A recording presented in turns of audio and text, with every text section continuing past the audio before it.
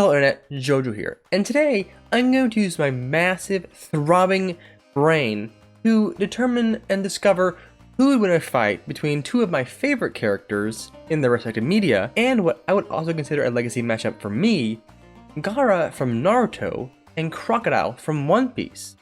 Now, these two masters of the environment and users of sand itself are unparalleled in their own world with their respective element. But what happened if we decided to throw them into a battlefield and just have them go ham? Well, there are certain things we can look at in both series to see how well they match up together and to see which character is more powerful overall and which one has a better chance of winning the fight. So, just to start off, this is an absolute stomp in Crocodile's favor. Like, it's not even close, guys. Like, Gaara is incredibly powerful in the Naruto verse, but he has no way to actually hurt Crocodile. As in One Piece, the devil fruit that Crocodile has allows him to become sand. And this is not something that is just flavor text. This is actual sand. He becomes sand. Intangible, unhurtable sand. But even just the raw abilities in their verses are something we should look at. Like, in the Naruto verse, you have Chakra, whereas in One Piece you have Devil Fruits. Devil Fruits are inherently much better a power than Chakra, as their energy source does not run out at all. You cannot run out of Devil Fruit power, while you can run out of Chakra. Chakra also requires certain hand signs to do that Devil Fruits simply don't need. I think there's one Devil Fruit, that maybe two. There are two Devil Fruits that actually require a hand sign, and I don't really think they actually require it. I think it's more the user making it easier on themselves. And while both users control a special kind of sand, Gaara's being in his jar and Crocodile being his literal body, I would assume that Crocodile would struggle to control Gaara's sand, and Gaara would struggle to control Crocodile's body's sand. So right off the bat, there is a certain amount of equalization going on here. But that's unfortunately not all that's going on here, because from here on out, the gap in their abilities only gets far, far wider. But to start off, let's just start easily with their physical stats. Crocodile is 8 feet tall, whereas Gaara is 5 feet tall, or give or take a couple inches. This means that Crocodile has an insane range advantage over Gaara, as his arm is so much longer, his foot is so much longer, not to mention his hook is a bit more deadly. But also, even by volume, Crocodile should have more sand available to him, just raw sand. Like if they were put in a stone environment where they couldn't access any more sand, Crocodile would still have more sand to use. But of course, let's hope that they don't get into a hand-to-hand fight, because Gaara is massively outmatched.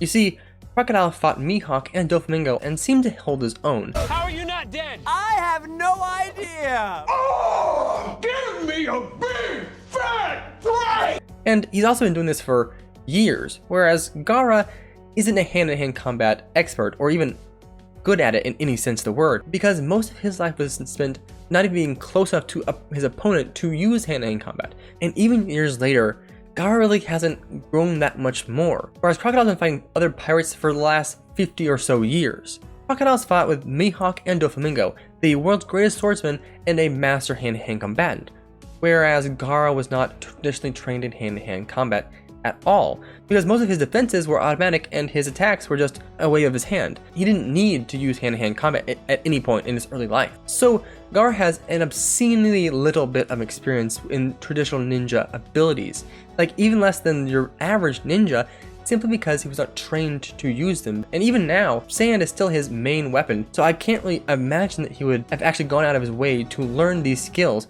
after he became Kazekage. But experience is not the only thing that can win a fight. There's also intelligence. But unfortunately, Gaara also comes up short there. You see, Crocodile was running Baroque Works, a massive underground organization, for years without anyone in his own organization, not even his top commanders, knowing that he was a leader. And at the same time, he was actually playing the hero and fighting them. He controlled Baroque Works without even the world government knowing, and they have super spies. It's not even CP9 news, whereas Gaara, he was a leader for an army for a couple days, maybe a couple weeks. That's not really comparable. Gaara might be the leader of the village hidden in the sand, but that's not really intellect worthy to make note of, as it is not combat oriented or strategy oriented or even that difficult to do, hence most politicians you know of. But of course, Gaara is not out of the fight yet. He is far more precise with his sand than Crocodile ever has shown. Gaara can send his sand into people's bodies to control them like a puppet, and he can even use his sand to seal his opponents in prisons. Unfortunately, Crocodile can avoid both of those by just turning into sand. Like, you can't put sand in someone's veins if they are sand. And you can't really trap someone in sand if they are sand. They can just like, get out. So even the precision, Crocodile's intangibility is just a bit too much. Though Gaara's sand armor is very notable to note here because it is a very strong defense that he can just rebuild as long as he has chakra. Unfortunately, Crocodile's arsenal is just so vast that he has many ways to get by that armor. Like his poison, which can melt stone and just kill people by poisoning. But the worst part is, whenever it gets in someone's body, it slows down their movement and stiffens their limbs, meaning that if Gaara is to get poisoned at any point, he can no longer use hand signs to control his sand very well. And this is a very likely outcome as Crocodile's range, like I mentioned before, is so much longer than Gaara's.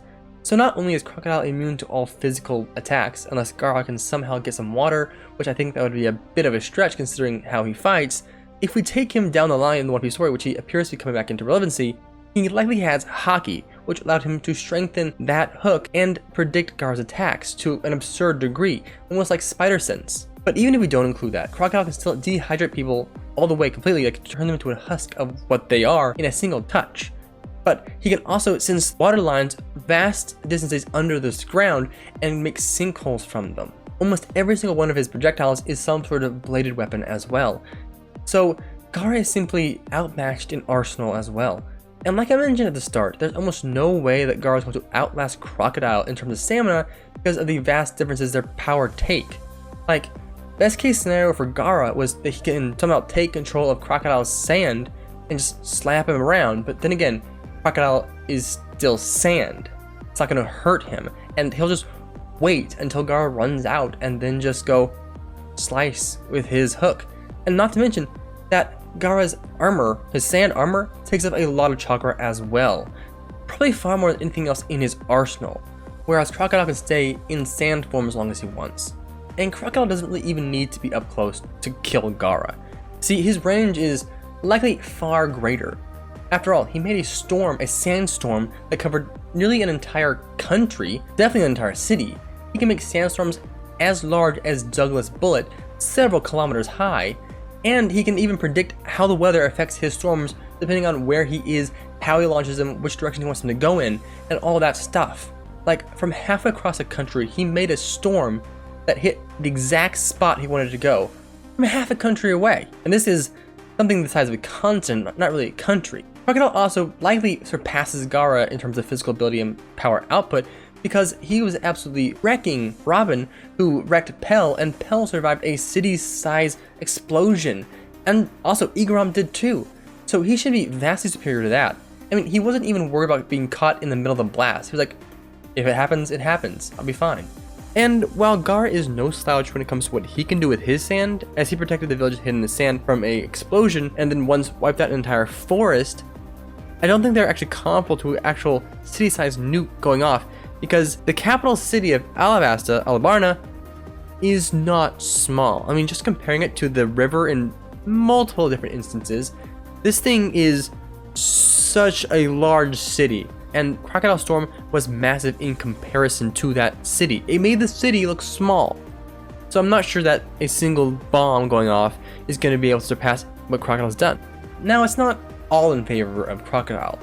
As of right now, I think it's likely that Gaara has the speed advantage, but not really by much. You see, he should be able to scale to characters like Orochimaru and the Raikage, who have both got light speed movement feats, and maybe even base Naruto, which I believe he has one too. But Crocodile will likely surpass him soon with his resurgence back into the story and his comparableness to Mihawk and Doflamingo. So I really don't think that's going to last very long, but as of now, Gaara does have the speed advantage because Crocodile doesn't have anything to compete with that. So in the end, Crocodile has numerous ways to land a killing blow. Just poison, melt, stab, flash, dehydrate, dismember with sand blades, suffocate in the sand down a long way below the surface after Gaara runs out of chakra.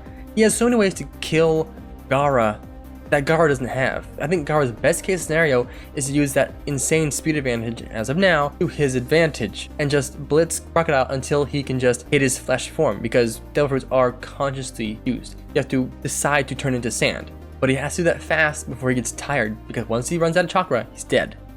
Now, I don't think any video like this would be complete without talking about their future potential and what they're likely to be in the future. Crocodile's future is a lot more bright than Gaara's. Gaara has anime canon from Boruto, and maybe it's a manga canon, I don't really remember, but it's unlikely he's going to be the center of a story again that actually increases his powers by any notable amount. Crocodile, on the other hand, is likely coming back into the manga, and that is a bit more powerful of a upscale, because he'll soon be able to scale to the Straw Hats, which are all insane in themselves. And also, if we're including the movies, then Crocodile should also scale to the current Straw Hats anyway, because of his brief scuffle with Zoro. So in the end, Crocodile could easily take the victory without much issue, so long as he can get past the speed. But outside that, Gaara has very little chance of beating Crocodile. So in the end, it would not be Crocodile that croaked. I don't know what I'm saying anymore. That's really all I have. Thank you for watching. See you next time. Remember to stay spectacular. JoJo, out. Bye bye.